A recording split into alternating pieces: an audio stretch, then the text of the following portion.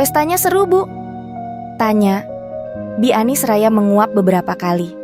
Shelomita melirikku berharap tak membocorkan apapun. Seru, Bi. Jawabnya cepat, tangannya yang gemulai menutup pintu mobil. Bi Ani mengikuti majikannya ke teras. Aku masih memarkirkan mobil agar terparkir sempurna. Ibu, pakai baju siapa? Spontan Shelomita menunduk untuk memastikan. Ah, iya, ini tadi pinjam jaketnya dia. Jawabnya seraya menggerakkan kepala sebagai isyarat arah, pengganti tangan. Jaketnya Mas Egi, Bu? Tanya Bi Ani. Shelomita melepas jaketku. Ibu kan bawa jaket sendiri. Ketinggalan di acara? Jawabnya pelan sembari melipat jaket kemudian berjalan padaku. Aku kembalikan setelah dicuci ya. Hah, dicuci dulu? Nanti wangi Shelomita hilang. Nggak usah, Bu.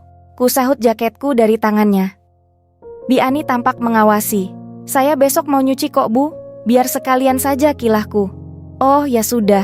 Begitu saja kalimatnya. Kemudian Bi Ani terlihat mengiring Shelomita segera masuk. Meski dengan kata-kata, segera ke dalam, Bu, nanti masuk angin. Di dalam kamar yang tak terlalu luas ini, kurebahkan tubuhku. Sepertinya malam ini, aku bisa mimpi indah. Berkali-kali, kupandangi foto wajah cantik Shelomita di gawaiku. Aku zoom bagian wajahnya, bibirnya, membuat tubuhku bergetar. Padahal hanya menyentuh dari fotonya. Bagaimana jika menyentuh bibirnya secara nyata? Seperti apa rasanya? Semoga dia hadir lagi dalam mimpiku. Shelomita dan juga bibirnya. Kugunakan jaket yang tadi dipakai Shelomita sebagai selimut, seolah ia sedang memelukku.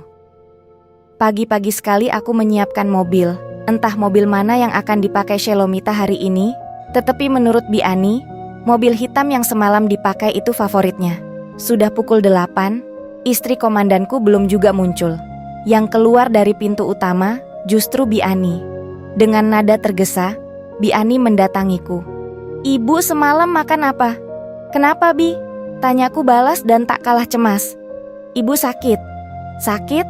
Ibu semalam gak makan mie instan kan, Mas? Aduh, kenapa memangnya, Bi?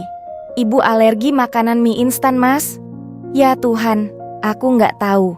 Aku sungguh merasa bersalah. Mas Egi gak baca buku catatan di belakang kursi? Buku? Aduh, Pak Thohir pasti lupa ngasih tahu. Ini. Ternyata di kantong belakang bangku sopir sudah diselipkan buku catatan. Hal apa saja yang boleh dia lakukan, hal apa yang tidak boleh dimakan, dan yang harus dihindari. Semua tercatat dalam buku itu. Shelomita juga biasa menuliskan pesan di buku itu mengenai kegiatannya besok. Aku sungguh tak mengetahui tentang buku itu. Terus ibu gimana, Bi? Perlu dibawa ke rumah sakit? Tanyaku cemas. Ya ampun, bodohnya aku tak mengetahui hal sepenting itu. Ibu bilang mau istirahat. Wajah Bi Ani terkesan seperti orang kebingungan. Sepeninggalan Bi Ani, segera ku periksa kantong kursi. Iya, memang benar ada sebuah buku catatan bersampul hitam. Dengan lesu ku buka hal-hal yang tertulis di situ. Dia tak bisa makan mie instan. Pantas saja semalam ia terkejut saat ku sodorkan mie instan. Aku sungguh bodoh. Aku benar-benar tidak sengaja. Teringat kembali ekspresi Shelomita waktu ku berikan mie instan. Teringat pula caranya makan yang pelan. Bukan tidak berselera makan, tetapi ternyata dia nggak bisa memakannya. Kenapa dia nggak bilang sih? Bi Ani berlari ke samping taman memanggil Madi untuk menyuruhnya menelepon Pak Jody. Aku masih di mobil, menunggu arahan apakah harus ke kantor Bapak atau tetap standby di kediaman. Rasanya campur aduk, antara sedih, tak enak hati, dan juga rasa bersalah. Aku mengambil pena di saku baju dinasku. Kutuliskan rangkaian kata di buku catatan itu. Maaf, semoga cepat sembuh. Aku sedih. Lalu ku gambar wajah sedih sederhana di lembar buku itu. Aku menulis asal saja, menuangkan perasaanku. Mas Egi, kata Bapak, Mas Egi standby aja di rumah. Siapa tahu ibu berubah pikiran dan mau berobat, antar ke RS. Iya, Bi.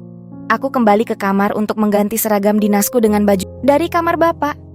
Tunggu, ibu dan Bapak beda kamar? Madi malah tersenyum. Ya, memang beda kamar kan mas, sejak dulu. Hah? Aku nggak tahu. Kenapa rumah tangga Shelomita begitu rumit? Mas Egi masih ada perlu? Kalau enggak, saya mau kasih makan kucing ibu dulu. Oh, di rumah ini ada kucing. Pantas saja sering kudengar suara mengeong dari taman sana. Baru sehari tinggal di rumah ini, jadi wajar saja belum banyak yang aku ketahui. Tak ada kegiatan seharian. Dari long room nonton televisi lalu aku kembali lagi ke kamar. Shelomita tak tampak jua sehelai rambut pun. Aku didera rasa cemas. Ah, kucing nakal. Aku sangat iri padanya, gumamku. Gegasku mengangkat tubuh gemuk Snow White saat keempat kakinya menginjak bagian dada Shelomita, hingga gadis itu terasa sedikit kesulitan melepaskan napas dalam lelap tidurnya. Sialnya, kakiku terkantuk karpet dan justru jatuh di sebelahnya hingga menyentuh rambut legam Shelomita. Ia terbangun, menyaksikan wajahku yang memerah. Jariku bahkan sempat menyentuh lengannya. Maaf bu, aku segera berdiri, memosisikan diri. Segera kuangkat Snow White. Permisi bu. Astaga, ini sangat memalukan. Manisnya malam ini tak semanis berita tentangmu yang sudah lebih membaik, Shelomita. Kamu nggak tahu betapa senangnya aku mendengar kabar bahwa kamu sudah lebih sehat dan mau makan, ucapku dalam hati seraya memandanginya di layar handphone. Please, jangan sakit lagi.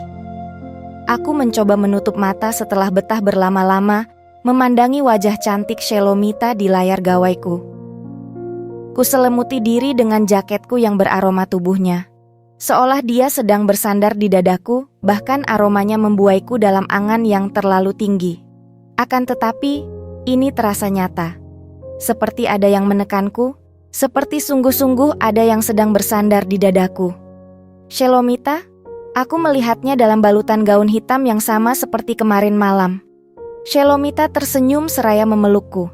Ia merangkak di atasku, menyentuhku perlahan. Kemudian bibir indahnya mendekati telingaku, lalu ia berbisik, "Meong."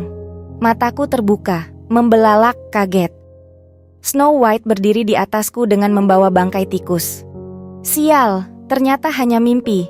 Snow White, kamu mengganggu saja.